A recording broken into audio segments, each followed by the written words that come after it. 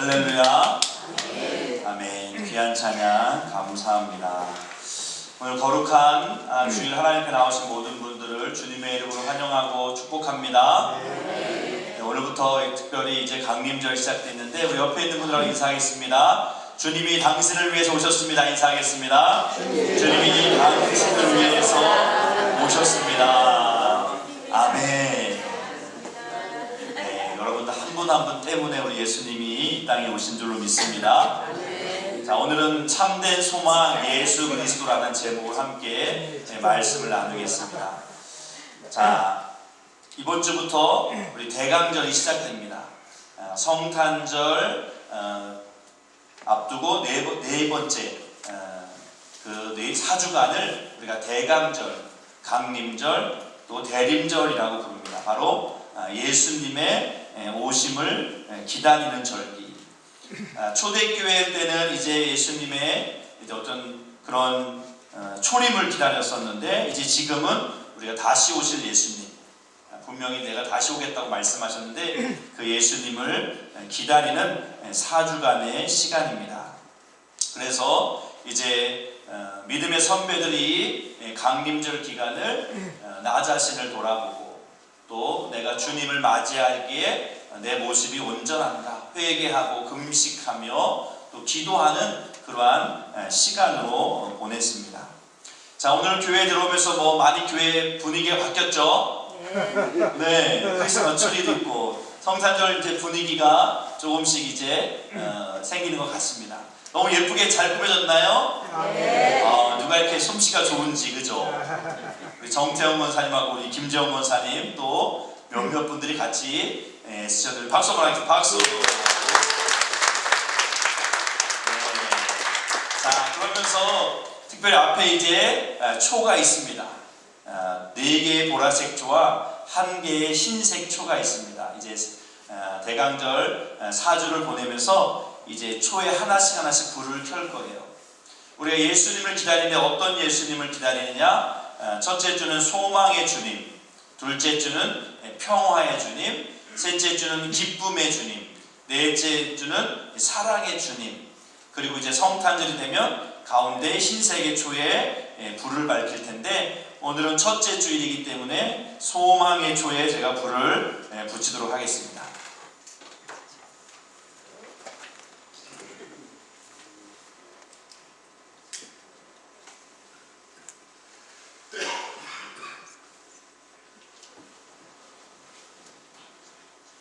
네, 소망의 초에 불이 들어왔습니다.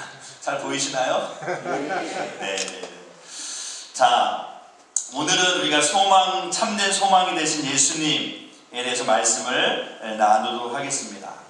자, 소망이라는 것 바로 이제 어떻게 보면 희망, 다른 거로 표현하자면 이제 빛이라는 빛.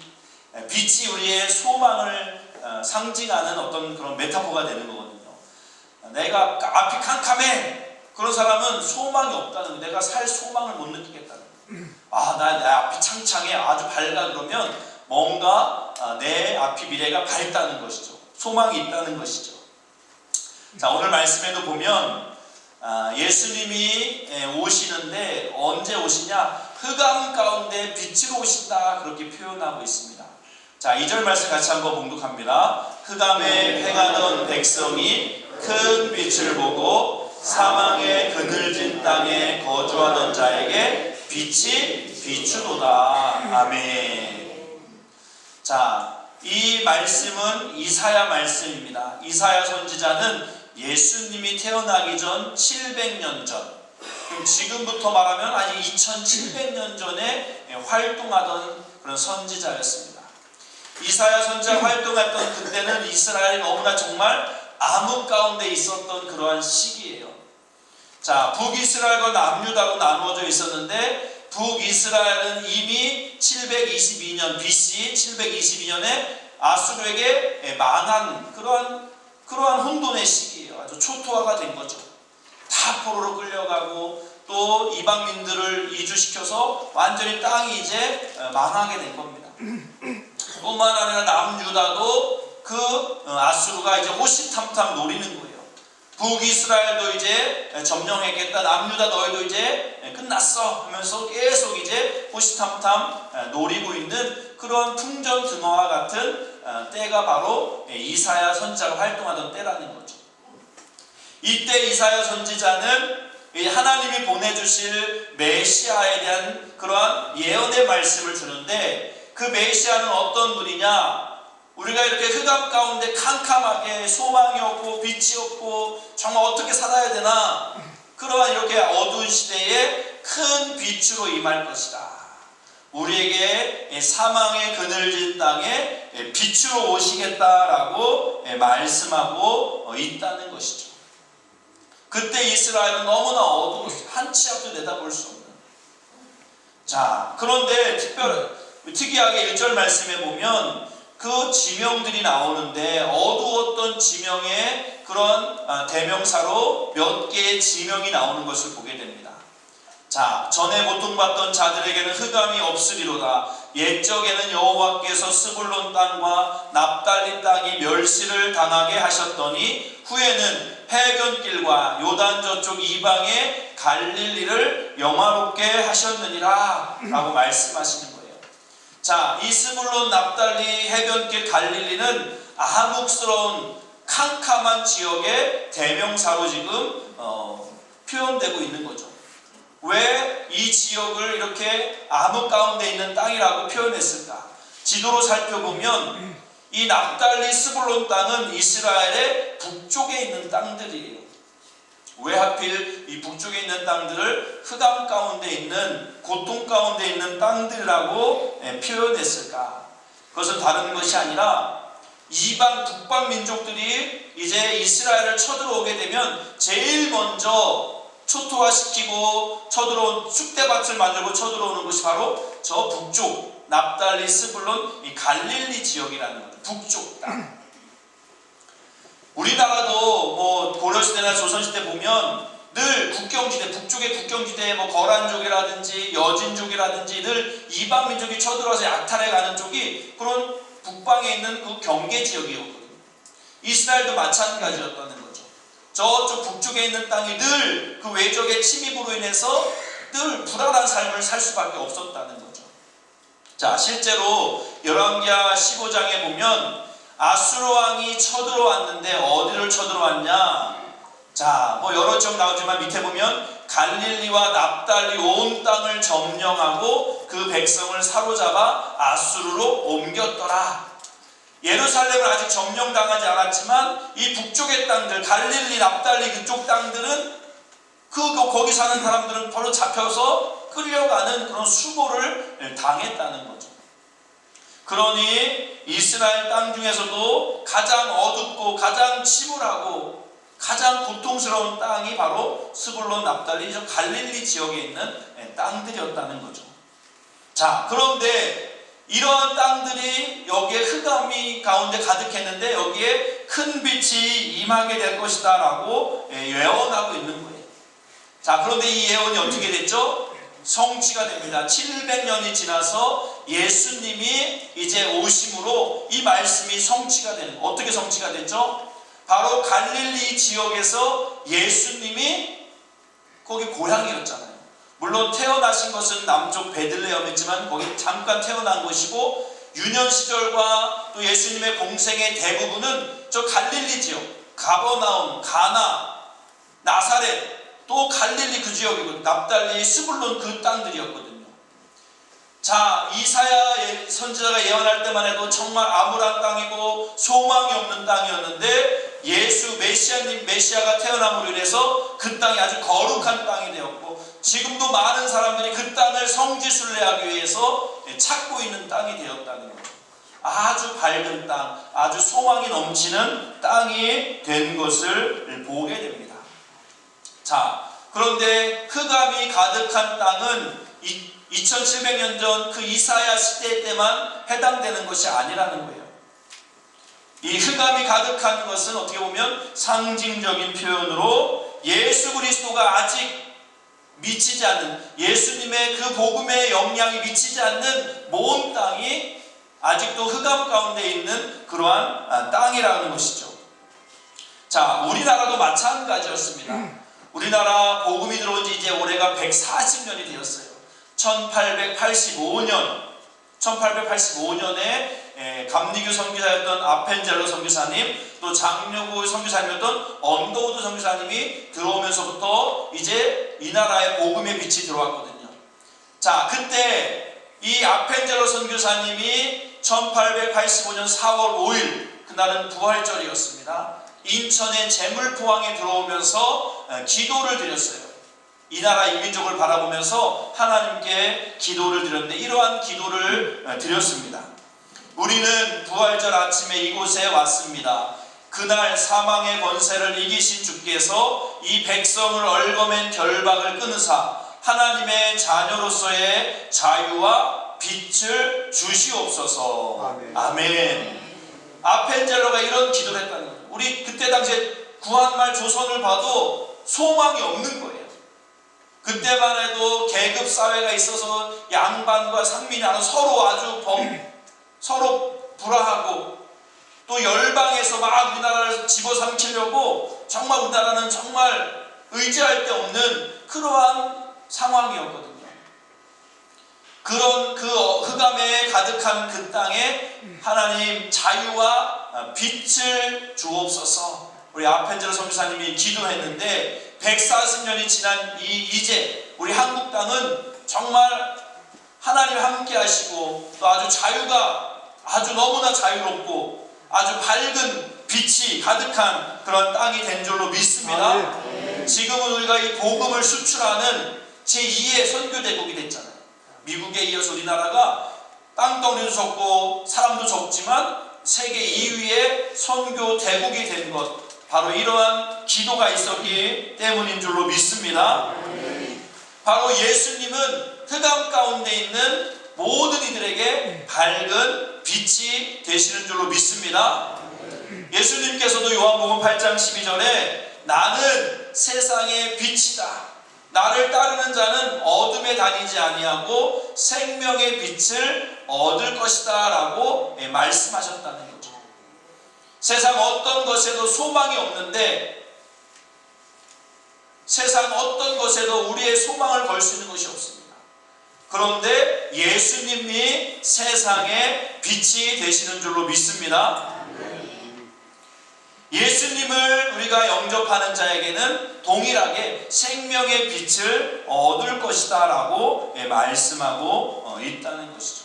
바라기는 저와 여러분들 마음 가운데 빛 대신 참된 소망이 되신 예수님을 온전히 받아들이고 온전히 예수님을 나의 구원자로 그렇게 영접할 수 있기를 주님의 이름 간절히 축원드립니다. 자, 예수님은 메시아 선지자, 이사야 선지자의 예언을 통해서 이미 오래전에 예언되었고, 그 예언으로 성취되었다는 것이죠. 마이크들이 켜져 있는 것 같아요. 마이크 좀 꺼주세요. 마이크 켜져 있는 것 같은데. 자, 이사야 선지자를 통해서 예언된 말씀이라는 거죠. 자, 6절 말씀을 같이 한번 봉독해 보겠습니다. 6절입니다. 이는 한 아기가 우리에게 낳고 한 아들을 우리에게 주신 바 되었는데 그의 어깨에는 정사를 메었고 그의 이름은 기묘자라 모사라 전능하신 하나님이라 영존하시는 아버지라 평강의 왕이라 할 것임이라. 아멘. 자, 이사야 선지자를 통해서 예언된 메시아, 이미 우리는 메시아가 어떤 분인지 알지만 이사야 선지자는 700년 전에 메시아가 어떤 분인지에 대해서 이렇게 자세하게 예언해주고 있는 것을 보게 됩니다. 자, 한 아들이 우리에게 태어날 것이다. 자, 육신의 몸을 입고 오지만 그는 똑같은 우리의 인간이 아니라는 거죠. 그는 메시아인데 메시아가 되기 위해서는 여러 가지 그에게 능력이 필요한 거죠.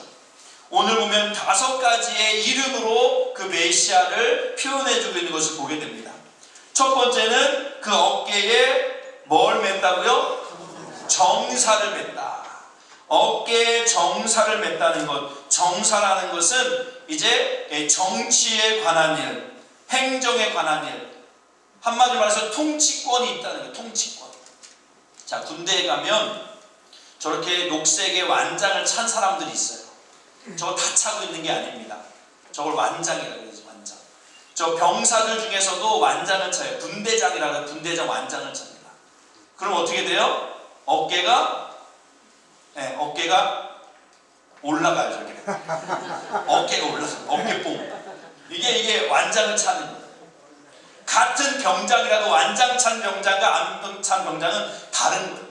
완장을 찬 병장은 이 통치권이 있는 거예요. 말을 들어야 돼. 명령을 들어야 되는 거죠. 그리고 소대장, 중대장, 대대장, 연대장, 사단장, 군단장, 군사령관 다 그 사람들이 보면 이 녹색을 차고 있습니다. 이게 완장이에요. 아, 저 사람은 통치권이 있구나. 저 사람 수하에는 저 사람 말을 따르는 그런 부대가 있구나. 그것을 알려주는 거예요. 자, 예수님은 어깨에 정사를 메었다. 바로 통치자라는 거죠. 이 우주 만물을 다스리는 분, 말 한마디로 우주 만물을 다스릴 수 있는 그런 권세가 있는 분이 메시아다. 그것을 말씀하고 계신 줄로 믿습니다. 다음 두 번째, 예수님에 대해서 그의 이름은 기묘자라 모사라라고 말씀하고 있어요. 우리 한글 버전은 이 기묘자라는 말과 모사라는 말이 다른 말처럼 느껴지는데 이게 한 개의 문구예요. 기묘자라가 아니라 기묘자라 모사라. 영어로 하면 원더풀 카운셀러라는 거죠. 기묘자라는 놀랍다, 모사, 아주 모략가, 상담가, 지혜자라는 뜻, 지혜자. 메시아는 놀라운 지혜자라는 거죠. 우리 인간이 늘 우리를 억압하고 있고 우리를 늘 주눅들게 하는 이 죄와 죽음이라는 문제, 우리는 늘 그것 때문에 고민하고 방황하고 걱정하잖아요. 우리 죄의 문제와 이 죽음의 문제 때문에 늘 우리 인간을 아주 의기소침하게 만들고 주눅들게 만드는 문제거든요. 근데 우리 메시아는 바로 이 죽음과 죄의 문제를 십자가에서 해결하셨다는 거죠. 십자가는 우리 인간의 머리로는 생각할 수 없는, 상상할 수 없는 그런 구원의 방법, 우리의 죄의 문제, 우리의 이 하나님의 사랑과의 공의의 문제를 한꺼번에 해결하신 바로 놀라운 지혜자, 바로 그분이 예수 그리스도이신 줄로 믿습니다. 자, 세 번째, 예수님의 메시아에 대해서 전능하신 하나님이다 라고 표현하고 있어요. 전능하신 하나님. 자, 예수님 메시아는 한 아기로 태어났다는 거죠. 똑같은 인간의 모습이라는 거예요. 예수님도 똑같아요. 눈 두 개, 코 하나, 귀 두 개, 입 하나, 똑같은 우리 인간의 모양으로 태어났어요. 하지만 그분은 인간은 아니었죠. 인간이었지만 인간만은 아니었죠. 그분은 하나님의 아들, 하나님이셨다는 거죠. 우리는 그 사건을 성육신이라고 부릅니다. 육신이 되신 거예요. 신이, 완전하신 하나님이 육신을 입고 오시는 거죠. 바로 우리와 함께하기 위해서, 우리의 고통을 체감하기 위해서 이 땅에 인간의 몸을 입고 오셨지만 그분은 전능하신 하나님 그 본체이신 줄로 믿습니다. 자, 네 번째로 메시아는 영존하시는 아버지다라고 표현하고 있습니다. 요즘 아버지는 조금 긍정적인 의미보다는 좀 부정적인 의미를 쓸 때가 많아요. 그죠? 아닌가요? 네, 어머니 하면 우리를 안아주시고 어떻게든 감싸주시는데 아버지는 막 혼내키고 막 화내고 그것도 못하냐고 막 버럭버럭 소리 지르고 막 그런 이미지지만 사실은 이때만 해도 정말 아버지란 존재는 큰 산과 같은 존재인 거죠. 아버지가 없다? 그 아이는 이제 아주 최고로 불쌍한 아이가 될 수밖에 없는 거예요. 남편이 없다? 그 사람은 아주 불쌍한 과부가 되는 거죠. 그런데 예수님은, 메시아는 우리의 아버지신데 잠깐 존재하는 아버지가 아니라 영존하시는 아버지. 아멘. 영원히 우리를 보호해 주시는, 영원히 우리를 지켜주시는 참 좋은 아버지가 되신다. 그분이 바로 메시아 예수님이신 줄로 믿습니다. 자, 마지막 다섯 번째로 메시아는 어떤 분이냐? 평강의 왕이다 라고 말씀하고 있어요. 평강. 자, 히브리어 이스라엘 말로 평강은 샬롬이에요. 샬롬. 이스라엘의 인사는 샬롬입니다. 샬롬 이렇게. 예. 평안하십니까? 우리나라랑 똑같죠. 우리나라도 안녕하십니까가 평안하십니까? 이게 샬롬이거든요. 왜 우리나라 말하고 비슷할까? 인사가 이스라엘도 우리나라처럼 외세의 침략을 많이 받았어요. 우리나라도 얼마나 많은 외세의 침략을 받았어요. 밤새 외세가 쳐들어와서 끌려가기도 하고 죽기도 하니까 아침에 일어나서 살아있냐? 괜찮냐? 안녕하시냐? 그거 물어본 거예요. 밤새 어떻게 안 잡혀가셨네요? 밤새 어떻게 안 돌아가셨네요? 그 안부를 묻는 거거든요. 그런데 우리 메시아는 이 평강의 왕으로 오신다는 거예요. 우리에게 영원한 평강을 주시는 거예요. 자, 세상이 주는 평강은 잠깐 주는 평안이에요. 여러분들이 길을 가다가 돈을 5만 원을 주셨어요. 와, 땡 잡은 거죠, 아주. 기분 엄청 좋으시죠? 근데 그게 얼마나 가나요? 그 돈 없어지면 또 아주 곤고해지잖아요. 세상이 주는 평안이라는 것은 잠깐이라는 거죠. 내가 승진했다, 사업이 잘 됐다, 자식이 좋은 대학 갔다, 그때뿐인 거예요. 영원하지가 않은 거예요. 그런데 우리 메시아 예수님께서 우리에게 주시는 평안은 영원한 평화이신 줄로 믿습니다. 이 땅에서도 평안을 누리고 우리의 생명을 다할 때 영원한 평화가 우리 가운데 예비되어 있는 줄로 믿습니다. 바로 이사야 선지자는 우리에게 이러한 메시아를 예언해주고 있다는 것이죠. 자, 그런데 이 메시아가 이미 2000년 전에 우리 가운데 오신 줄로 믿습니다. 자, 그런데 우리는 또 아직 메시아를 기다리고 있죠. 바로 다시 오실 메시아. 여전히 우리가 예수님, 초림한 예수님을 알고 믿지만 우리가 이 땅을 살아가는 한 여러 가지로 우리는 흑암 가운데 살아갈 수밖에 없다는 것이죠. 현실적인 어려움이 여전히 존재하는 겁니다. 우리가 육신을 입고 있는 한 늘 곤고함은 찾아올 수밖에 없는 거예요. 무엇을 먹을까? 무엇을 입을까? 늘 그것을 걱정하지 않을 수 없는 것이 우리 인간의 삶이라는 거죠. 자, 그런데 참된 소망이 되시는 예수님이 주시는 이 소망은 미래적인 것이 아니라는 거예요. 미래에 일어나지만 그 미래는 다가오지 않을 미래가 아니라 우리 현재에도 영향을 미치는 그러한 소망이라는 거죠. 아멘. 자, 이게 무슨 말씀이냐면 소망하면 뭔가 한참 후에 이루어질 것, 멀리 있는 것을 우리가 생각한다는 거예요. 자, 오늘 7절 말씀에도 보면 이사야 선지자 이렇게 예언합니다. 그 정사와 평강의 더함이 무궁하며 또 다윗의 왕자와 그의 나라에 군림하여 그 나라를 굳게 세우고 지금 이후로 영원히 정의와 공의로 그것을 보존하실 것이라. 만군의 여호와 열심히 이를 이루시리라. 자, 이 시제가 미래 될 거야. 메시아가 오면 평강을 더해 주실 거야. 우리를 영원히 정의와 공의로 보존해 줄 거야. 뭔가 미래적인 소망을 지금 예언하고 있다는 거예요. 자, 이사야 선지자 때는 그럴만하겠죠. 아직 메시아가 온 것이 아니기 때문에. 그런데 우리는 어때요? 메시아가 이미 오셨잖아요. 그럴 때 우리 예수님이 주시는 소망은 미래적인 소망, 천국에 가서 누릴 그러한 것에 대한 소망도 우리는 가져야 되지만 그 소망은 이 지금 현재에도 영향을 미치는 소망이 돼야 하는 줄로 믿습니다. 자, 한국 사람들이 이런 증후군이 있대요. 파랑새 증후군. 파랑새 증후군이 뭐냐면 뭔가 찾아올 행복이 있을 거다. 이건 무슨 말이에요? 지금은 너무나 힘들다는 거예요. 내가 지금은 고통스럽고 힘들지만 조금 참으면 조금 지나면 좋은 시간이 올 거야. 파랑새를 찾아서 떠난다는 거예요. 내가 사북에서 조금 힘들지만 저기 서울로 올라가면 좀 나아질 거야. 내가 한국에서는 힘들지만 미국이 이민 가면 행복할 거야. 뭔가 미래적인 행복을 찾는다는 거예요. 근데 그 행복은 없습니다. 지금 행복하지 않으면 미래 행복이 없는 거예요. 자, 예수님을 믿어서 오는 행복은 미래적인 행복도 포함되지만 지금 현재 우리에게 행복을 주시고 소망을 주시는 줄로 믿습니다. 나는 지금 행복합니다. 왜요? 우리 주님이 나와 함께 하십니다. 나는 지금 너무나 기쁩니다. 왜요? 주님이 나의 모든 죄를 다 사하셨기 때문에.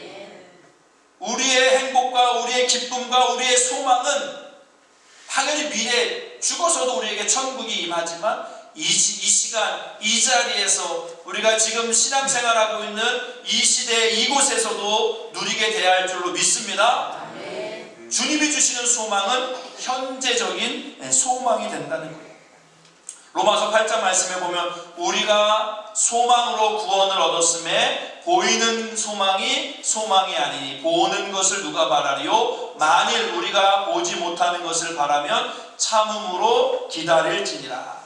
자, 이것은 우리가 보이는 것이 보이는 소망이 아니다. 자, 눈에 보이는 것은 너무나 암울할 수 있어요.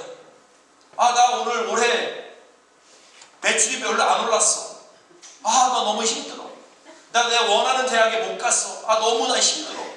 왜 하나님은 나에게 이렇게 고통만 주시는 거야?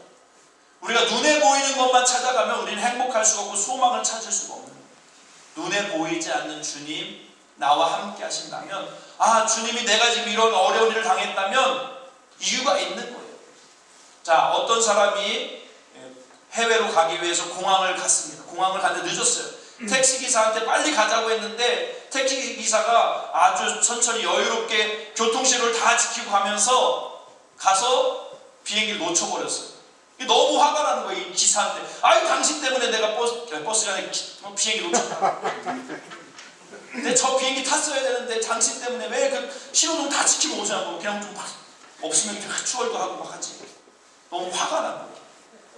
막 화를 냈어요. 근데 얼마 지나서 뉴스에 속보가 떴습니다. 비행기가 추락했다는 거예요. 내가 탔던 비행기가 타야 될 비행기가 추락했다는 거예요. 내가 비행기를 놓쳤을 때는 너무 화가 나고 왜 내 인생 꼬이나 그렇게 생각했는데 돌아보니까 조금 시간을 두고 보니까 안 탄 것이 은혜였어요.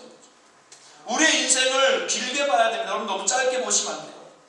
100년을 두고 보셔야 돼요. 1년을 두고 보면 지금 현실이 힘든 건데 100년을 두고 보면 영원을 두고 보면 우리 인생은 너무나 행복한 인생이 왜? 우리는 오늘 죽어도 천국 가기 때문에. 우리의 인생은 어차피 해피엔딩입니다. 아멘? 하나님이 주시는 소망, 예수님이 주시는 소망은 그런 잠깐의 소망이 아니라는 거예요. 영원한 소망. 영원을 두고 행복할 수 있는 그러한 소망이 우리에게 주어진 줄로 믿습니다. 우리 대강절이 강림절을 보내면서 우리에게 빛으로 오신 주님, 우리에게 참된 소망으로 오신 주님, 세상에서 소망을 찾다면 우리는 찾을 수 없습니다. 하지만 예수님 안에 있다면 우리는 모든 것이 행복이고 모든 것이 감사의 조건이 되는 줄로 믿습니다. 이러한 빛 되신 주님, 참 소망 되신 주님을 온전히 이 강림절 기간에 만날 수 있기를 주님의 간절히 축원드립니다. 아멘. 우리 시간 함께 결단의 마음을 담아서 찬양하겠습니다. 우리 빛으로 오신 주님, 우리에게 밝은